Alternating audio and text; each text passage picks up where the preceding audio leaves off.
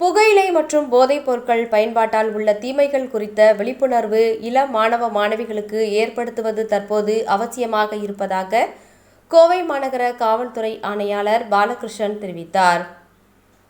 கோவையில் children charitable trust பெண் குழந்தைகள் இல்லத்தில் புகையிலை தடுப்பு தினத்தை முன்னிட்டு போதைப் பொருள் குறித்த விழிப்புணர்வு நிகழ்ச்சி நடைபெற்றது.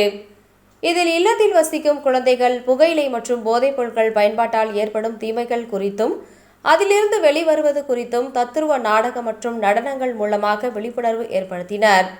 இதனைத் தொடர்ந்து நிகழ்ச்சியில் தலைமை விருந்தினராக கலந்து கொண்ட கோவை மாநகர காவல்துறை ஆணையாளர் பாலகிருஷ்ணன் பேசினார். அப்போது பேசிய அவர், தற்போது திரையரங்குகளில் திரைப்படத்திற்கு முன்பாக காட்சியிடும் புகையிலை பயன்பாட்டால் ஏற்படும் பாதிப்புகள் குறித்த காட்சியில் காட்டப்படும் படங்கள் மிகுந்த பயத்தை ஏற்படுத்தும் வகையில் இருப்பதாக சிலர் தெரிவிப்பதாக கூறிய அவர், ஆனால் அதுபோன்ற பயத்தை ஏற்படும் காட்சிகளை சிறுவயது மாணவர்கள் பார்ப்பதால் புகையிலை பொருட்கள் பயன்பாட்டால் ஏற்படும் தீமைகள் குறித்த விழிப்புணர்வு அதிகரிப்பதாக சுட்டிக்காட்டினார்.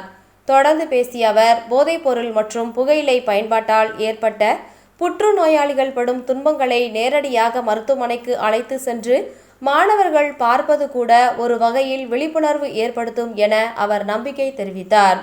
போதைப் பொருட்களை ஒழித்தாலே குற்றங்கள் குறைய வாய்ப்புள்ளதாக கூறிய அவர், போதைப் பொருட்கள் பழக்கம் அதனைத் தொடர்ந்து குற்ற செயல்களில் ஈடுபடுவது என ஒன்றோடு ஒன்று தொடர்புள்ளது என சுட்டிக்காட்டிய அவர், போதைப் பொருட்களை ஒழித்தாலே குற்றம் குறைவதோடு உடல் நலனும் நன்றாக இருக்கும் என கூறினார்.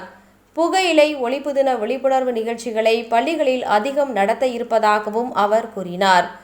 நிகழ்ச்சியில் ஆசிரமம் மெட்ரிக் பள்ளி நிர்வாகி கௌரி உதயேந்திரன், மருத்துவர்கள் ஹேமா, விஷ்ணு மற்றும் கோவை புதூர் குடியிருப்பு நலசங்க நிர்வாகிகள் ஜீவானந்தம், குணசீலன் மற்றும் குழந்தைகள் நலக்குழு உறுப்பினர்கள் உள்பட பலர் கலந்து கொண்டனர்.